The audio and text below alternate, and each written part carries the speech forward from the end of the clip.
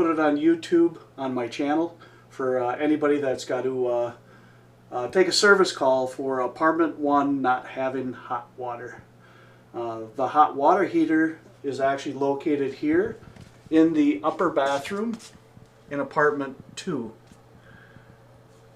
Apartment 1 is basically right on the other side of this wall, and their primary bathroom tub is right here. So geographically it kind of makes sense to have the hot water tank right here, but it's accessed through apartment 2. So if we have problems with the hot water for apartment 1, it's all going to be done right here. I just want to let the plumber know, or whoever's going to be working on this. It's this panel right here that I already have off. There's 2 screws above, 1 down below. You just basically pop the door off and this is what you'll see.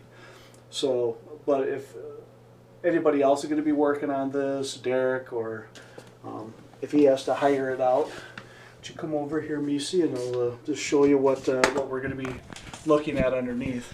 It's an electric hot water heater.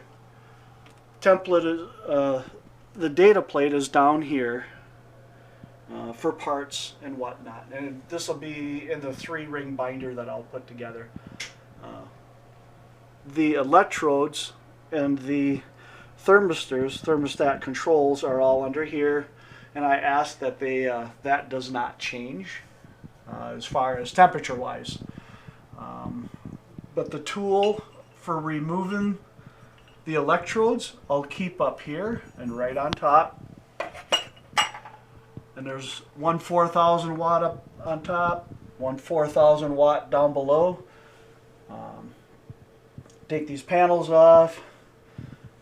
There'll be 4 wires on top of this thermistor. This is kind of the general control, and then there's a thermistor down here that'll have 2 wires connected to it. And that's just almost like a slave thermistor. When you lose the hot water, normally it's going to be one or the other, or in a rare case, both of them will go out.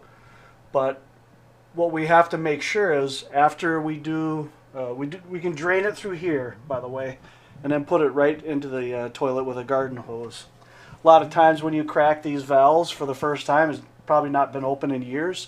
A lot of times it may want to drip after the job is done, so that's going to have to be monitored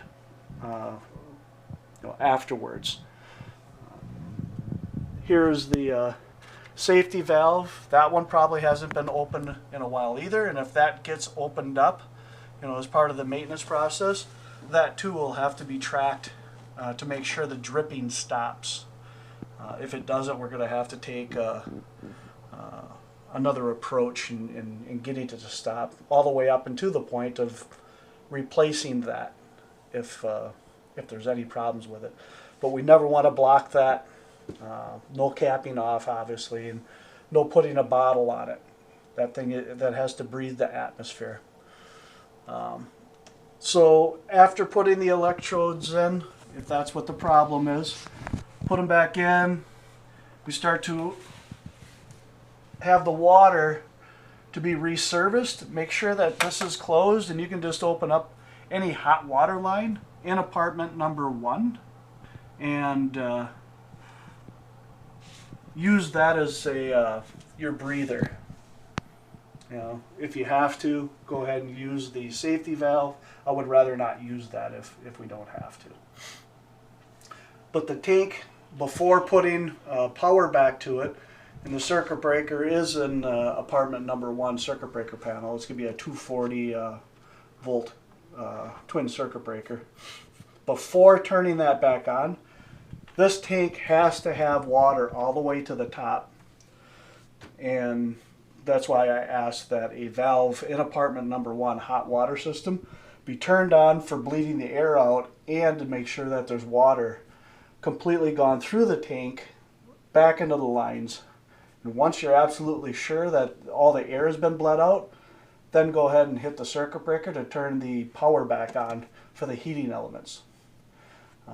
If that part isn't done, you'll surely burn out the elements again. We got to do the whole thing all over.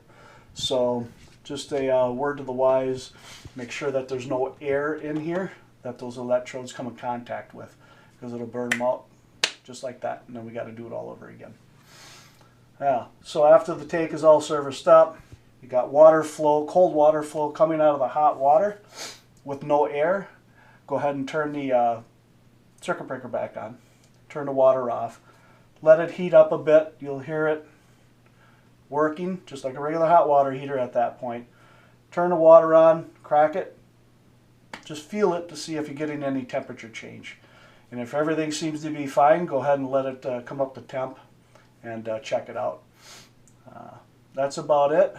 That's just a real quick overview for this hot water heater, how to change out the elements. It's pretty self-explanatory once you get inside. That's why I'm not going to open it up. But I was just more concerned with being able to find a hot water heater because it's actually not in apartment 1. It's actually in apartment 2. That's pretty much it.